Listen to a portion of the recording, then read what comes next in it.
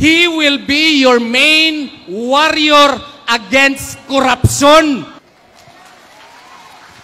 Karong panahon na akong mga kaigsunan, pareho manggitang taga Davao. Gikinahanglan nato ang mga senador nga dili mapalit, dili madala sa intriga, dili gyud mo baliktad. Kay pangtanawa tong mga dipangtabangan sa atong pinalanggang Tatay Digong, tuan as pikas.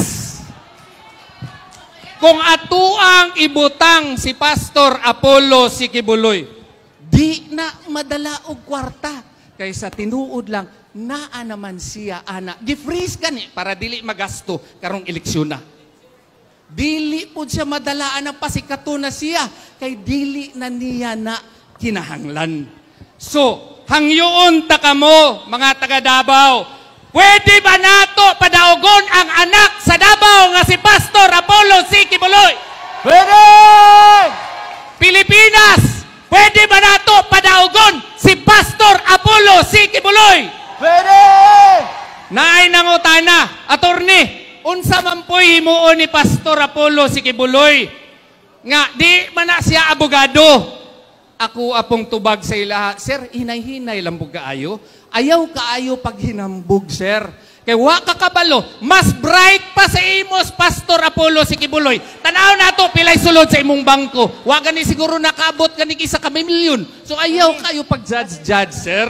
Kay si Pastor Apollo Sikibuloy, nakatukod ng eskwelahan, haskang sikata na. Si Pastor Apollo Sikibuloy, na ay mga tourist spot attractions, doon na siya ay mga affiliated companies nga naa sa iyahang mga wa gani pangalan nga isa lang sa iyaha. Kung naong og kwarta si Pastor Apollo Sikibuloy, nagkaso siya didto sa Hawaii. Nasyako kay napadismiss nato ang kaso. Gipasuroy ko niya kada estado didto naa sa mga balay, pero maski isa ka balay wala sa iyahang pangalan.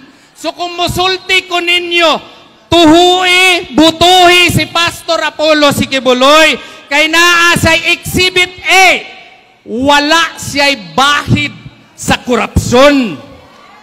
Kung gusto niya, tanan untang propriedad sa iyahang pangalan, kanang dako nga propriedad na sa kilid sa airport, ipacheck ninyo sa Securities and Exchange Commission, inyuhan na kung naanay pangalan ni Pastor Apollo Sikibuloy. Ingana si Pastor Apollo Sikibuloy. He will be your main warrior against corruption. Dili niya gusto ang korupsyon. Mao gani ang first proposal niya. Kung mahimo siyang senador, himuon niya death penalty sa tanang kurakot sa gobyerno. Ingon nila nga ang plunder 50 million daw. Ingon ni Pastor, mubuan nato na bisan ganig 1,100,000. Himuon nato death penalty to the graft and corruptors of this government. Nga no? Kanser na ang atong korupsyon.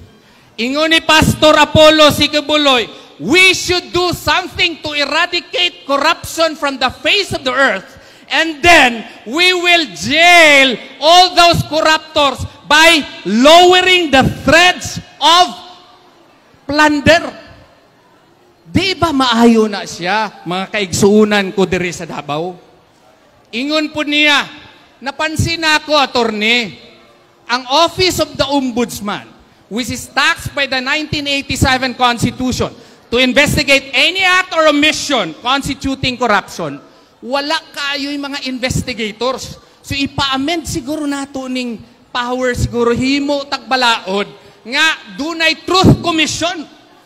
Naanay mga klaro daghan nga investigators ang ombudsman para atong klaruhon og imbestiga ang mga kurakot nga mga opisyales ni ining administrasyon. Di ba nindot na siya, taga Davao? Ingon po ni Pastor, let us also make a law protecting whistleblowers. Kay kada kurakot, naagi na'y makakita. Kung doon na tayo balaod karon nga mo protekta aning mga whistleblowers. Ingon ni Pastor, then nahaan na sila confidence mo istorya, protektahan na sila sa ombudsman, protektahan na sila sa gobyerno, kay naa na may balaod nga mo protekta sa ilaha. So ang ato di ay atong tumong nga mapaggamay, mapaos-os ang kanser sa atong sosyudad. Kini karon mahulmahan, ma-stop kini, or at least mahinay-hinayan ang grabe nga korupsyon sa atong nasod. Ingon po niya, dili lang ta mo concentrate niya na. Kay ang tao karon tanawa ng ayuda. Luoy na kaayo ang atong mga kaigsuunan. So dapat ingon niya, let us concentrate also in creating jobs. Gusto niya na ay daghang trabaho nga ma-offer para sa atong mga kaigsuunan. Unsaon na niya, be? Naasay konkretong proposal, ha? He will amend Republic Act 10869, Job Start Philippines Act.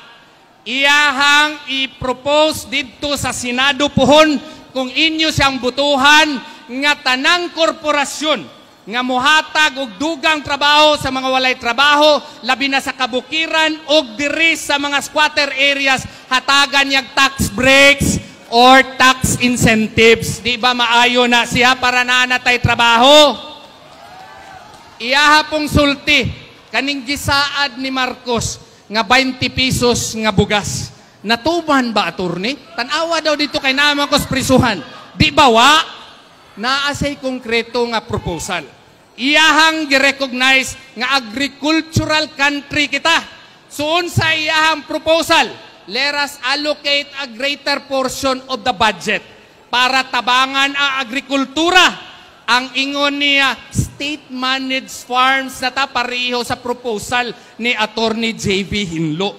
Unsa man na, ang gobyerno na karon sa katong wala mga gigamit nga yuta, mangunay sa agrikultura, mukuha o mga walay trabaho mo trabaho ni ini. Ang gobyerno na karon maoy mangunay o katong mga magsasaka, mga farmers nga walay fertilizer, hatagan og fertilizer, ug unsa man lang galing ang ilahang mga produce, ilahang makita, ang mupalit ni ini ang gobyerno na.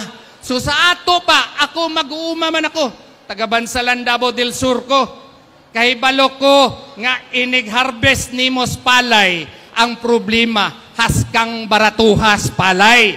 Pero kung himuon nimo nga ang gobyerno na ang mupalit sa palay at a fixed price above market price, ang gobyerno na ang mo-market niini sa Dubai, mo-market niini sa Hong Kong, mo-market niini sa Singapore, sa Canada, sa Amerika, doon na pa'y kita ang gobyerno, makatrabaho patang tanan, doon na pa'y posibilidad nga ang bugas dili siguro ma-20, apan muubos siya kay duna nakitay productivity.